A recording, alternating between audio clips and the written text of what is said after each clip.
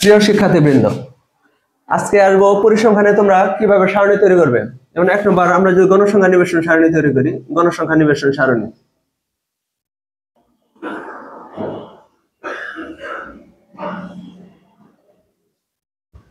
অবিন্যস্ত পথের ক্ষেত্রে তাহলে আমরা 3টা ঘর করব। শ্রেণী, ট্যালি, গণসংখ্যা। আমরা যদি সংক্ষিপ্ত গড় করি, সংক্ষিপ্ত গড়ের ক্ষেত্রে আমরা করব 5টি। 1 2 3 4 5। প্রথমে শ্রেণী,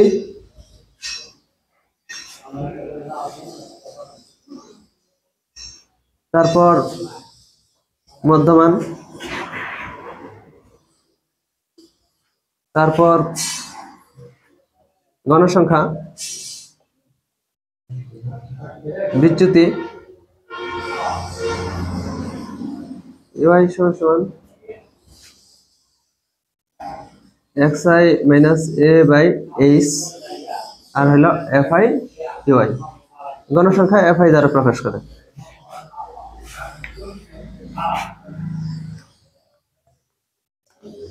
এখন আমরা যদি মধ্যকের সারণী তৈরি করি, মধ্যক অথবা উজ্জীব রেখা।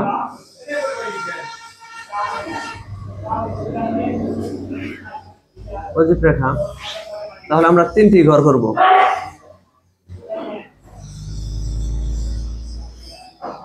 শ্রেণী, গণসংখ্যা,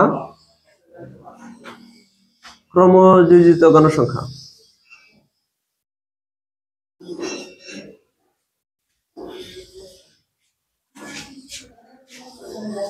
প্রস্তুরক করলে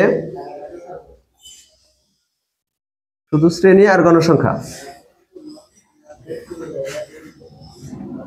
শ্রেণী, গণসংখ্যা।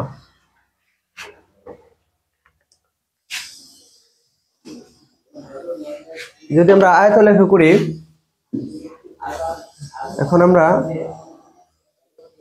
আয়তলেখ করি,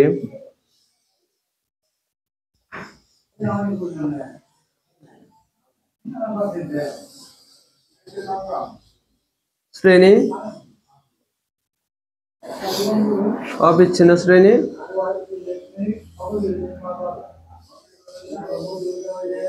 আর হলো গণসংখ্যা। আর আমরা লিখবো ছক কাগজে x অক্ষ বরাবর প্রতি ঘরকে 1 একক ধরে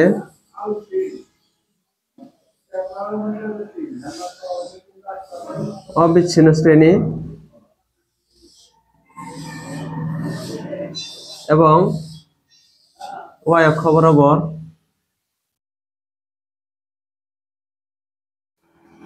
প্রতি ঘরকে 1 একক ধরে গণসংখ্যা বসিয়ে